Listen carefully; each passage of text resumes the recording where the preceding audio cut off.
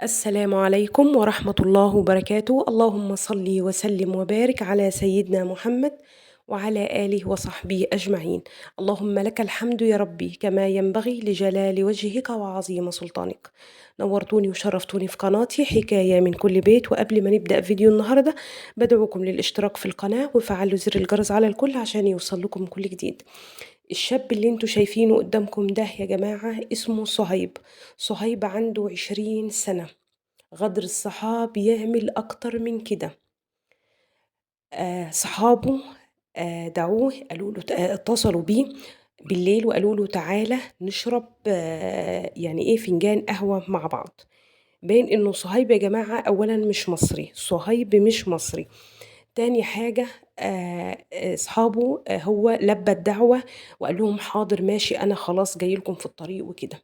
لمّا وصل للمكان اللي قالوا لصهيب عليه زمايله كان معاهم مَيّة نار وقالوا مادة كيميائية.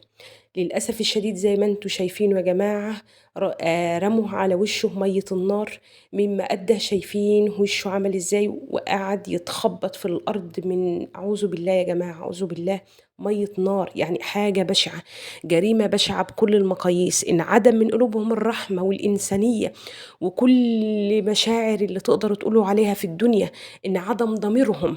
للأسف في الوقت ده أنا متهيأ لي هم كانوا أصلًا من غير قلب، يعني الجماعة دول والله العظيم أنا يا جماعة باكلمكم وقلبي بيرتجف وجع كده على الشاب ده. حرام عليكم، عمل فيكم إيه عشان تعملوا فيه كده؟ للأسف الشديد يعني مَيّة النار عملت في وشه كده. وتاني حاجة عينيه اتحولت للون الأخضر، أنا مش عارفة إزاي يا جماعة اللهم احفظنا. قالوا إن هو فقد نظره. لله الأمر من قبل ومن بعد. حادثة بشعة بكل المقاييس. للأسف الشديد والله العظيم يا جماعة أنا كل ما باقدّم فيديو وبالقى الجرايم اللي بتحصل دي، السبب الأول والأخير البُعد عن الدين والبُعد عن ربنا. الواحد لو في قلبه إيمان فعلًا والله، والله وعزة جلالة الله ما هيقدر إنه يأذي بني آدم اللي قدّامه، مش هيقدر يأذيه بكلمة، فاهمينّي؟ إنه حتى يجرحه بكلمة هيفكّر 1000 مرّة ومليون مرّة قبل ما يجرحه بكلمة. لأ للأسف إحنا دلوقتي بقى قتل واغتصاب وسرقة واغتصاب أطفال ورش بمَيّة نار للصحاب، اللي عملوا غدروا بيه أعز أصحابه. الوقت اللي المفروض فيه الصاحب ده بيبقى هو السند، هو الضهر. جماعة، جماعة والله العظيم يعني ربنا يسترها علينا وعليكم.